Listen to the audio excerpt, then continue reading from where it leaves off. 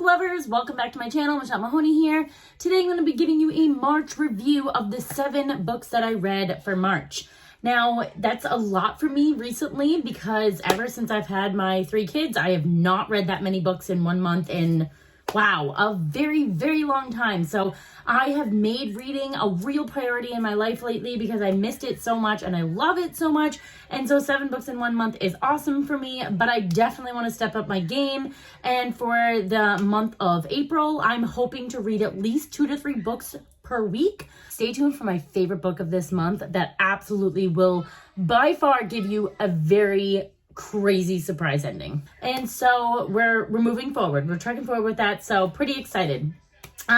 So for the month of March, I read this book, 11 by Tom Rogers.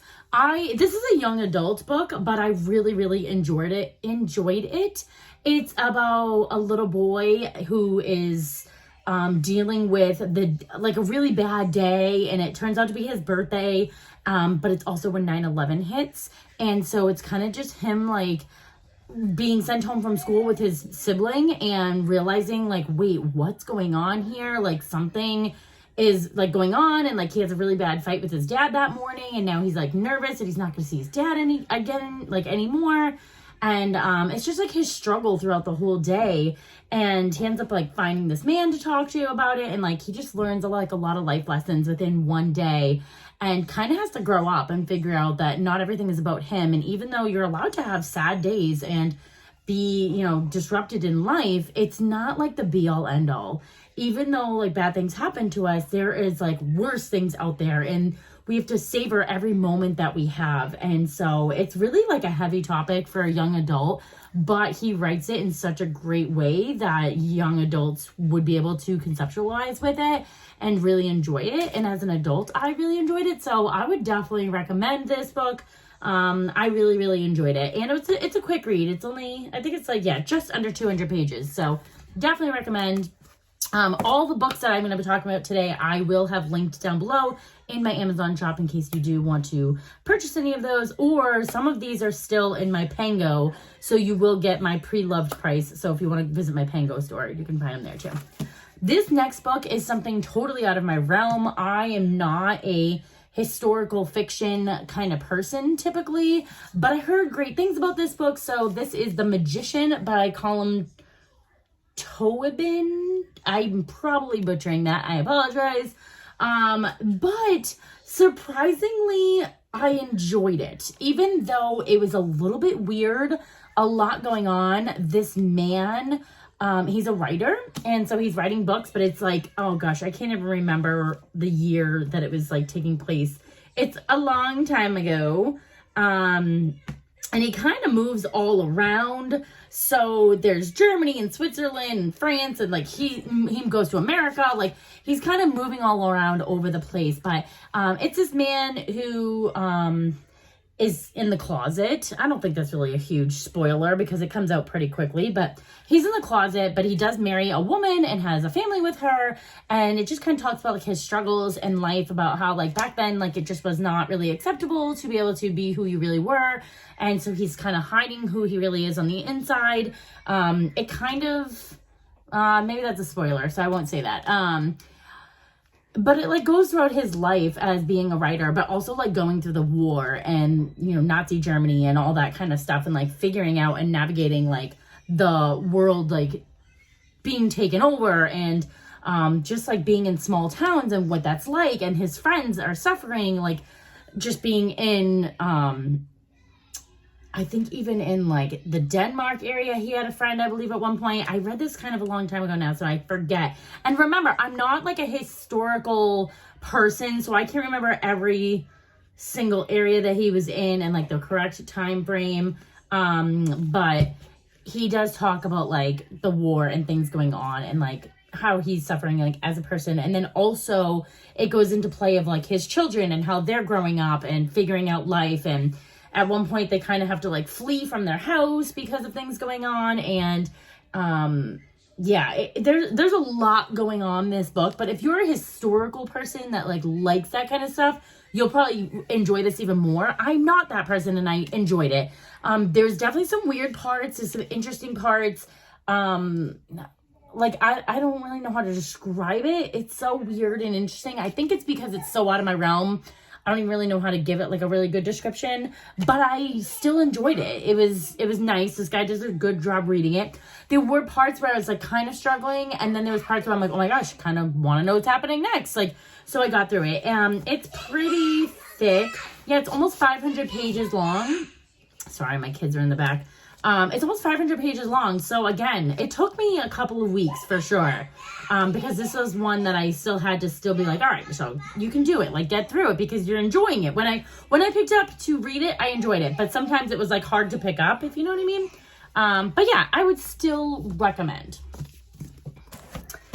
This next book, I actually interviewed the author, so the video is on my YouTube channel. She actually lives in she just moved, but she lived in my town. I didn't even know it, but she like found me on Facebook one day in my group and wanted to talk about her book, and I was like, yeah, let's do it. So I interviewed her, we talked, it was just awesome. She's a wonderful person, a wonderful author, and I finally read her book, and oh my God. Oh, I loved it. It's called The Silence and the Sound, and it's by Diane Brailey, and she is just absolutely riveting, I would say. So this says on the top, an engaging story of love, grief, and remoteness on Martha's Vineyard. So I grew up going to Martha's Vineyard every year as a kid. Like, that was our vacation. And so it was really nostalgic for me to read about her talking about going to the vineyard and living on the vineyard and being there.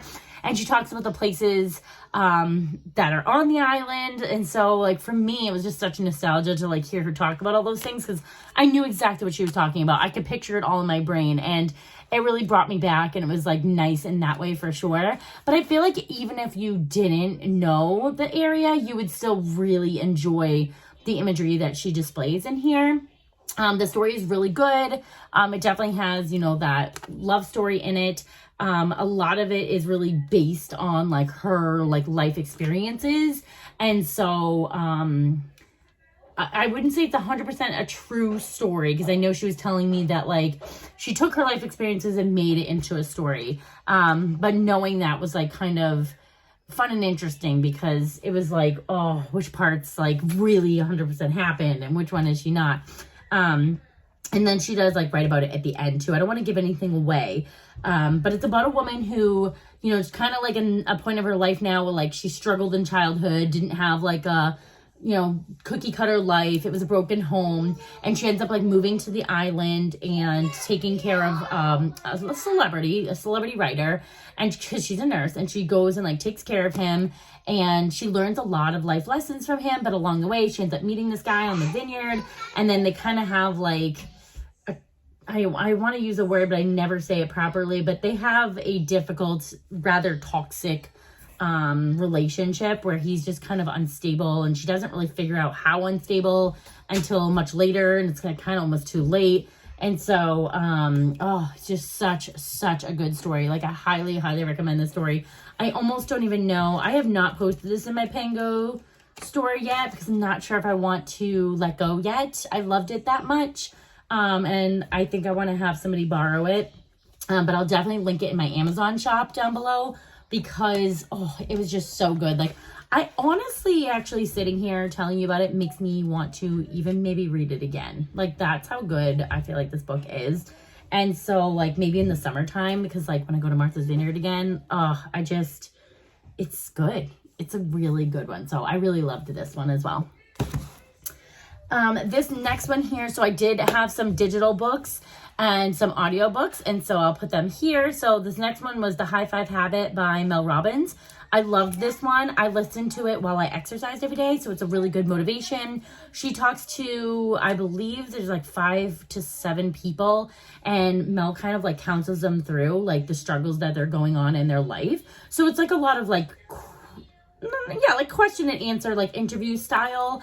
But she's like talking about these like real life people who are just pouring out their whole life to you, and, telling you the struggles that they're going through. Yeah, so I really liked this one for Audible because it was really good. Kind of like learning from their life experiences and like hearing what Mel had to say, and just pretty much Mel's message is always like, take it one step at a time, use the 5-second rule. If you have never read that book by Mel Robbins, such a good one, like changed everything for me.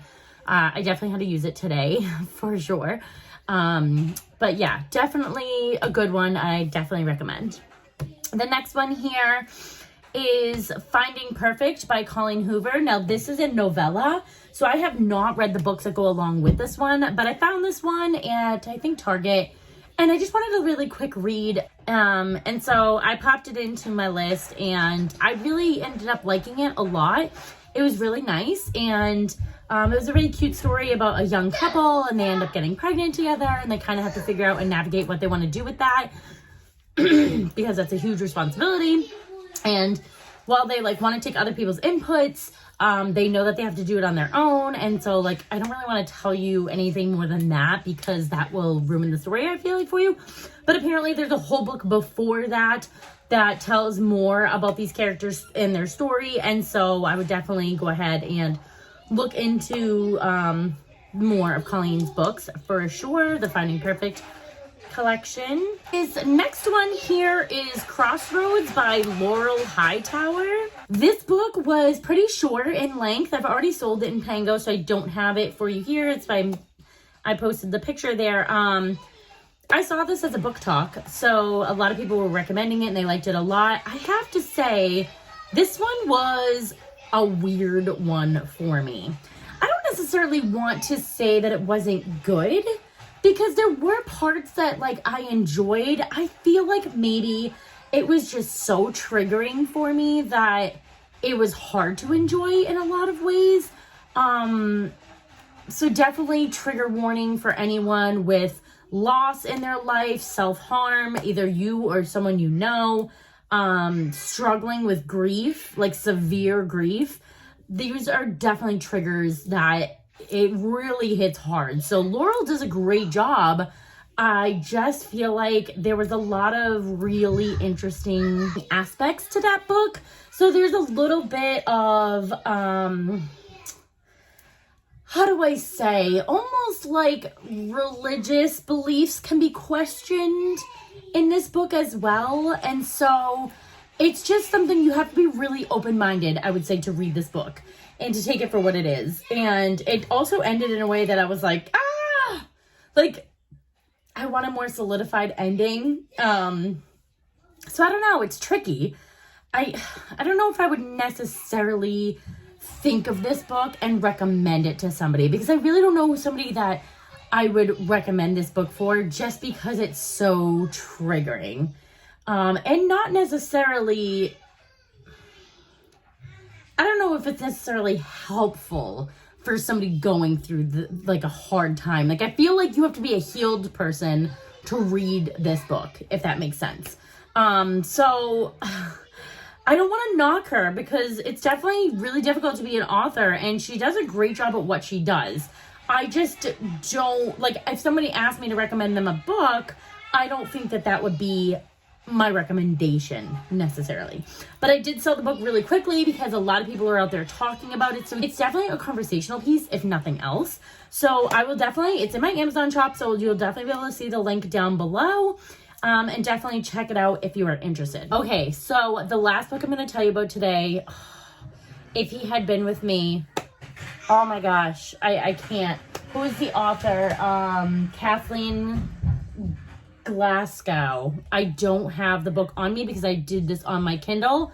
I just happen to have another book from her over here. This book had me for days.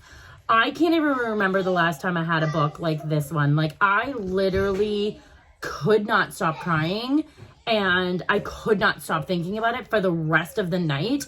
And I had finished it probably around like 7, maybe 8 o'clock at night. It like kept me up. I just couldn't get over it. I was so upset. I was confused. I was hurt. I was just all the things.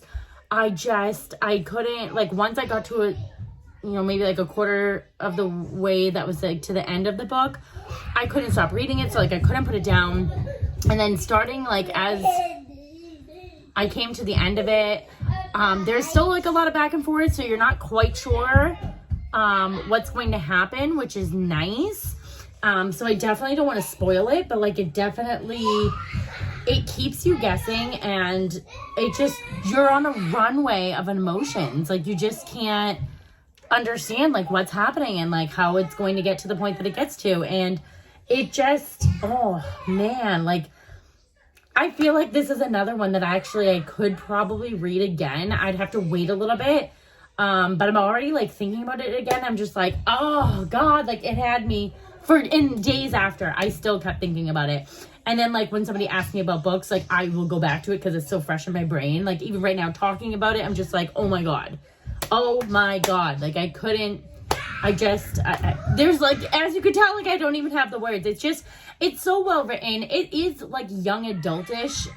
The characters are young adult. They're in high school. And so it talks about mainly a main character where she's like growing up and like learning how to be herself. She's like an odd duck.